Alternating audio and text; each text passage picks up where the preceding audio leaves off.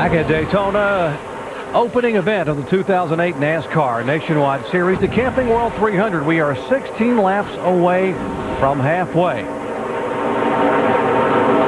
18 car of Kyle Busch in third position after Kyle assumed the lead from his teammate Tony Stewart. Kyle has led 13 laps. Tony led the first 22. Martin Truex, the 8 car, is your leader. The 10 car, Vickers in second. And there is Busch back in third. Let's listen in. Good job, Jay. 8 car killed us. I don't know what up always, but killed us. If we had the technology to figure out the overall pit road time, that'd be great. I think I was too slow getting into the box, but I wanted to let you guys do the work, not me. Hey, 10-4, you did a nice job, man. We're going to make it up to you next time. We had a little problem down here.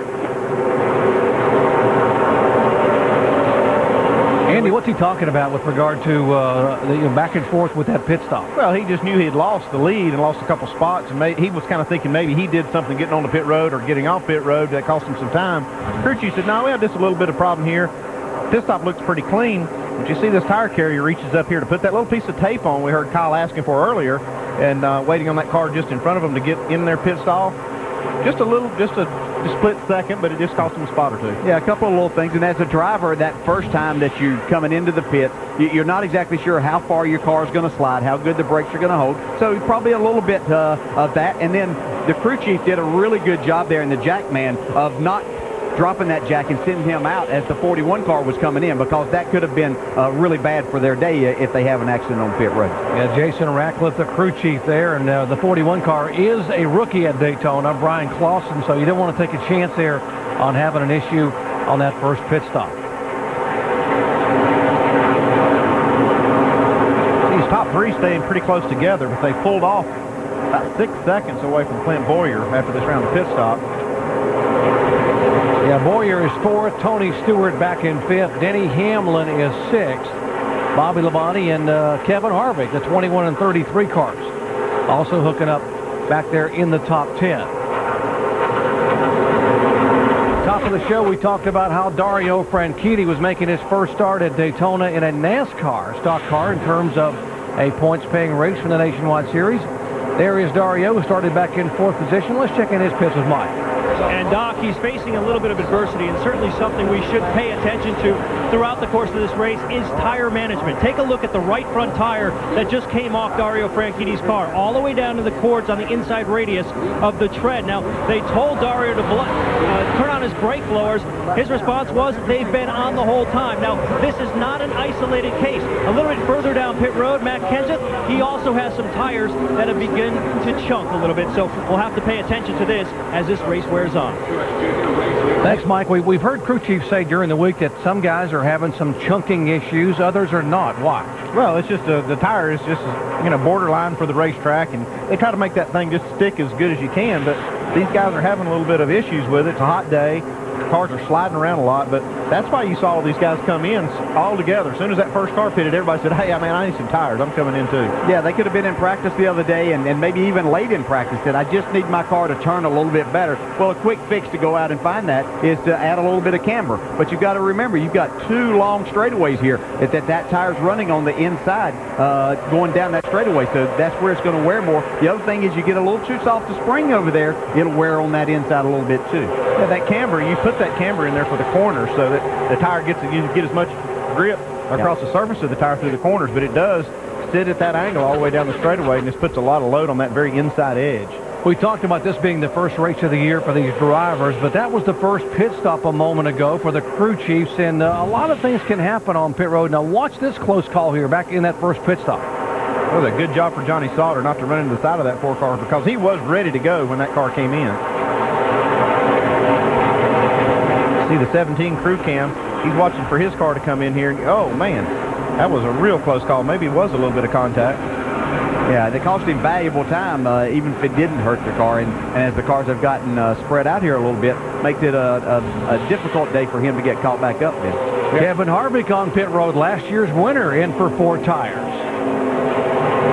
Must have had another problem. Maybe left some wheels loose on that last pit stop. That was what I would suspect here, because they haven't run enough laps to really have a tire problem. Yeah, you know, we talk about the drivers being a little bit nervous at the start of the race. These guys making their first pit stop, they're a little bit nervous too, and that could have very easily happened. It could be something too that it just threw a weight off or something like that, and you have a vibration. It's hard to tell from the driver's seat exactly which tire it may be. So, Andy, most of the time you say that, you're ready as a crew chief to change 4 tires. Jamie, what happened?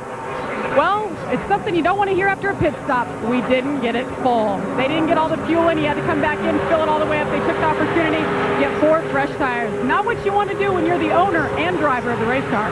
Well, I'd say they didn't just not get it full. They probably didn't get hardly any fuel in it, because he didn't run very many laps at all since that last pit stop. This is going to put these guys way behind. They're going to have to race hard to try to get this back. How does that happen? I mean, he's got a pretty experienced crew. Was there something, you think, a malfunction in the vent or something? More than likely, there was some kind of a mismatch with the fuel cans. Like Dale was saying, these guys are making their very first pit stops of the year. Probably have new cans, new hardware. Something didn't made up right there, and cost them a lot of time.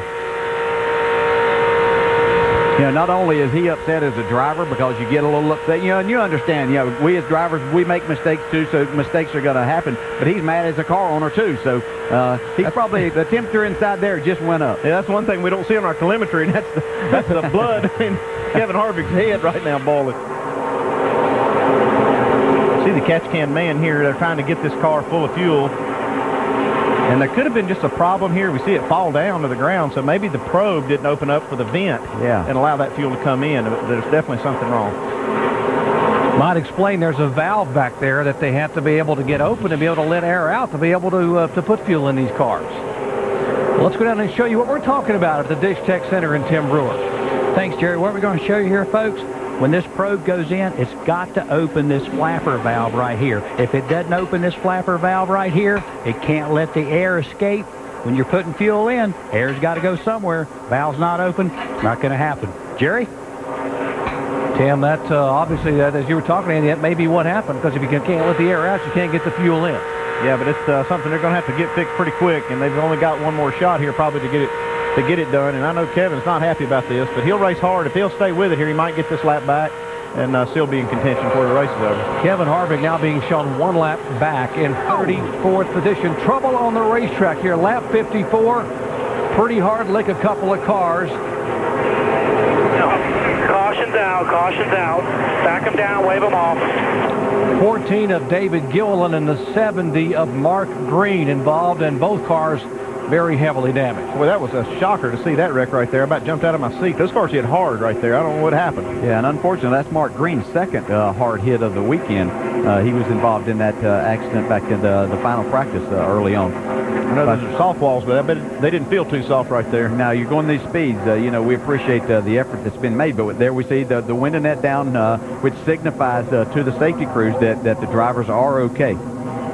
That is what they tell the drivers in the drivers meeting, that if you're okay, just put your window net down so we know. That's just in case there's a bunch of cars out there and they look and they see one car without a window net down, They go there first. Yeah, NASCAR's worked really hard on trying to get safety to the cars quickly, safety crews that is. Here's a 16 of Biffle in with some damage. No tires. Pulled out. Is it okay, Ryan? He must have caught just a piece of this. He's wanting to get back off pit road before the leaders come off of turn 4. Biffle came in now before the pits were open. He came in early. Show you again, see if we can see the 16 car get involved. That 14 got a little bit loose and clips Biffle. And then he hits Mark Green. Man, Mark Green didn't see that coming. No, yeah, they're in the wrong place at the wrong time. That's all that is, and it's unfortunate for that team and for Mark. It looked like the 14 just got loose up there. Maybe over-adjusted if his car happened to be tight earlier, and just over-adjust a little bit. And you know, it's just hard. You work hard to try to catch it, but at the speeds that you're going, it's just very difficult. But the good news is both window nets came down and both drivers climbing out. The 16 car, though, a little bit of damage and pitting early, Dave.